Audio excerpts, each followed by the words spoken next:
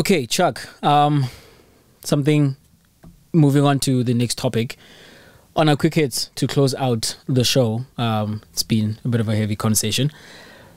It's going to be heavy for you, though. It's not. So, first up, Manchester United have been knocked out of the FA Cup by Middlesbrough on penalties. Where to from here? Like, has this season been an abject failure? Can they recover something in this season? Where does United go from here? Man, it sucks watching the same thing happen over and over again. We're up and then we're down, we're up and then we're down. Like, I was sitting here saying we are going to go into top 4 because of what we did against West Ham. That was a good display. But when you look at what happened against Middlesbrough, Jay, we were saying with Paul Pogba's coming back, it's going to boost United. That was a full-strength United side. Can I say, yeah, you guys, every single time Paul Pogba is out, every single time Paul Pogba is in the team, United play badly. Yeah. And Pogba goes out, United continue to play badly. And then you hear that Paul Pogba is on the mend, and you guys get excited that, well, Pogba's return. And I'm just like, where have you been the last 4 years? Yeah, that's true in terms of if he was, we'd have a trophy or would finish second or whatever. Like, well, that's the numbers as well would back it up. But we look at his personal stats; they're not that great. Man, it sucks because it looked like we were headed somewhere, and I know one defeat doesn't define an entire campaign or an entire project, but it does suck to lose to Middlesbrough. When you're looking around and all the other big teams who are supposed to be your equals in the Premier League are winning and putting teams away. So that doesn't bode well for us in this season. I mean, you become a little bit more scared because you've got all your talent in full display. Ronaldo, we were icing, what ice bath or whatever it was, ice chamber, whatever. He was fresh. From Dubai as yes, ready to go.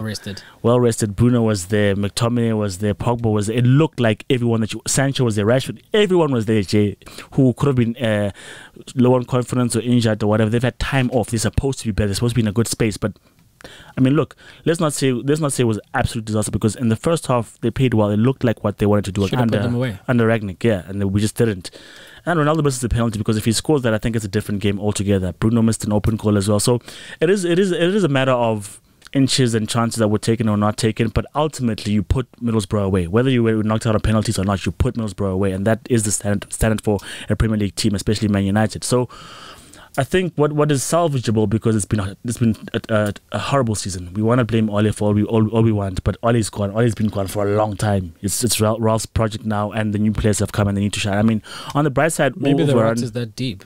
Maybe it is because on the bright side, Varane did play well. He was solid.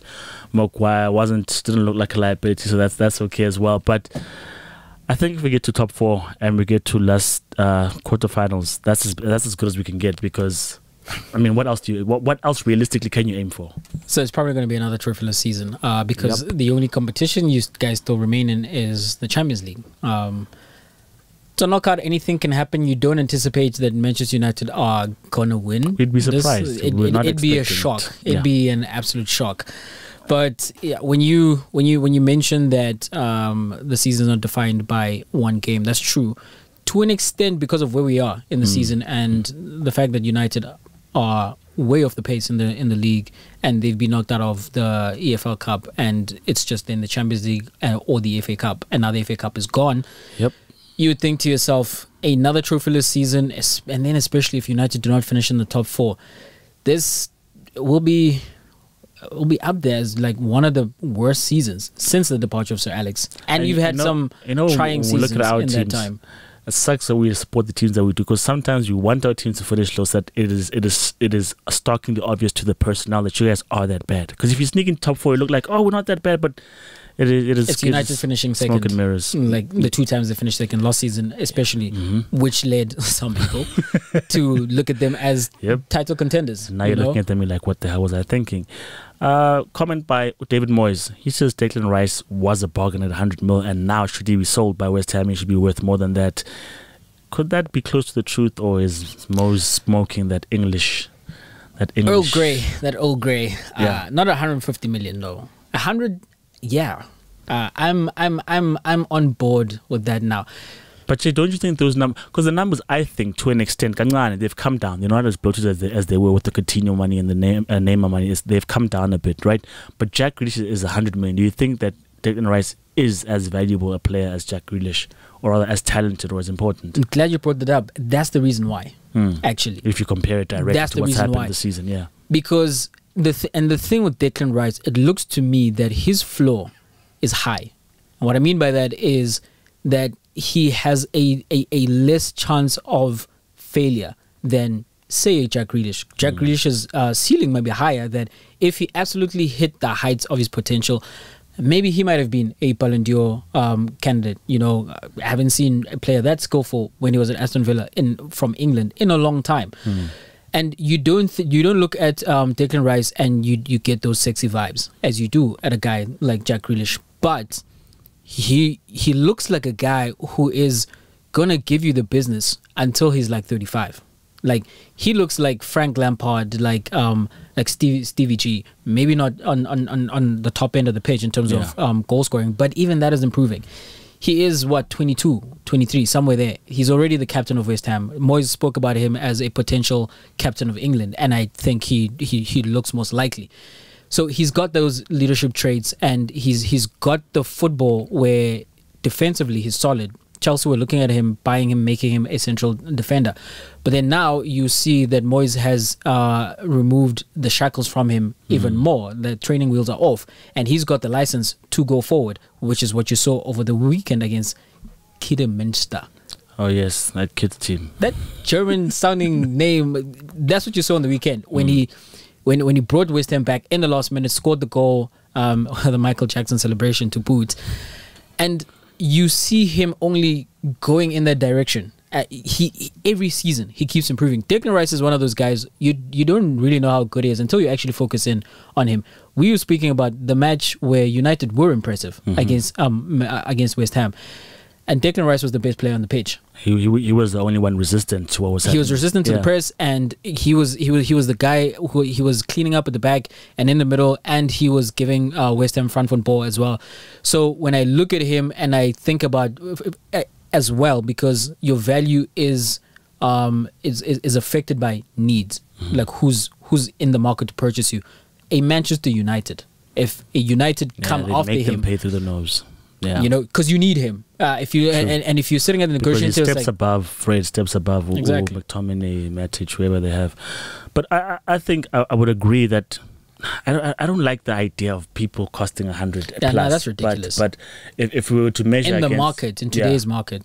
If you measure against Jack Grealish, I mean, the thing that I like about Declan Rice is that people were saying he was good. I didn't see it, but this is like the second, third season now where I'm like, I see what you guys are talking about, and it's good to finally find that talent that people are talking about. Like, I can vouch, I can validate that it's there.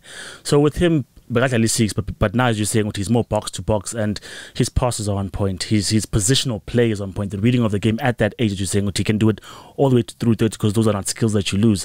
So I think he is a very interesting prospect. I mean, his stint at the Euros did not in any way dim his light. The other thing, Chuck, is PR is important. We just finished speaking about bad PR in football, and clubs do think about this. Declan Rice over the weekend came out from the opposing coach that he was in the opposition's dressing room. He was handing out West Ham shirts, and for some reason took a shower with these guys from a much lower tier. And he's the kind of guy who ingratiates himself with everyone, his opponents, his teammates. Even when I watch videos that are put out of Declan Rice by the English FA, mostly on YouTube, I get a sense that, man, that's a good dude. I don't know him personally, obviously, and knock wood, he doesn't go and rubbish the statement that I'm making. But you get a sense that this is the guy you want to be the face of your club. And you pay a premium for that as well. Especially for England. It's so important to have an English captain as there. You know what I mean? Because you think about all the mess that is at Manchester United. You put Declan Rice in there and he's doing all the interviews. But when it comes to Man United and your use of words, mess. In lack of quality that come from you guys, and when your captain is not someone who the fan base speaks about in a glowing light. That's what I mean by that. Where if instead of Harry Maguire is like the face of United, you got this guy, man, you guys would forget so many troubles. Okay, I'm on board with that one. All right, finally, Chuck, with the segment of crickets, Aubameyang, right? Aubameyang, when he joined Barcelona, when he was speaking, he said that he tried not to do anything that was wrong and he had no issues with anybody or anything except for Arteta. Do you look at his comments and think that other players who might be considering joining Arsenal in the present and going forward, while Arteta is the man at Arsenal, might not want to go there because of what Aubameyang has just said? I don't think it carries that weight because they're teams that have a lot of problems and people go there regardless. I mean, Newcastle's on the brink of relegation. People go there regardless. Maybe the money is good, but I don't think that deters people from moving there. I wonder if Aubameyang was at his peak and he just left. You know, like how Zlatan left. I'll give you an example. Zlatan's left Pep at Barcelona. Had bad words to say. This guy's dishonest, yada yada. People come and play for Pep regardless. That's Pep though. This is Arteta. But it's Pep lied. But here's what I'm saying, Jay. Not really. Okay, cool. But here's what I'm saying. I think regardless of that, Aubameyang's his own conduct and his own behavior was nothing to write home about. So if he was a consummate professional, but see, if Donny van der Beek said, Wuti, I tried everything with Ralph Rangnick, it's not working, I think that is more clout because he's seen to be a hard worker and honest boy. But if that the guy in Lambos who's going to get tattoos, is breaking curfew laws, does not really follow the protocol, and he's having a bad season, if that's the guy, upon signing up for Barcelona, who's also had a reputation from Dortmund, he's got a party lifestyle, he likes the glitz and the glam. If he says, I tried it, or I didn't see him try. I honestly did not see him try. Maybe I'm not privy to what happens in the background, but I didn't see him try. So if he says he tried, take that with a pinch of salt for me. But I don't think that hurts Arsenal as a brand. I don't think so. I think if Arsenal can push and get to top 4, Aubameyang's words can disappear. No one remembers that. No, I hear that, and I want to be on board with that. That he's partly to blame for what has transpired and why the coach looks like he was singling him out, because he was breaking the rules that have been set up by his coach. I think twice this season already. Never mind the struggles from last season. Yeah, but I can't help but think that it will play a part because players listen to other players. It's that idea of authority versus us. Yeah, of course the authority has it in against you. So on some level, and also because it's Arsenal, man, we're not talking about like Real Madrid here or Pep. But maybe not the elite talent. They're like, okay, we'd so the elite talent. Are you talking about the elite talent? Yeah, the elite talent. Okay, cool. Maybe, but nah. I think teams from the Prem. I think someone like a McAllister will still jump from Brighton to Arsenal. I don't think they're deterred by that. I don't think so. Nah, I don't think so. I hope not. I hope not.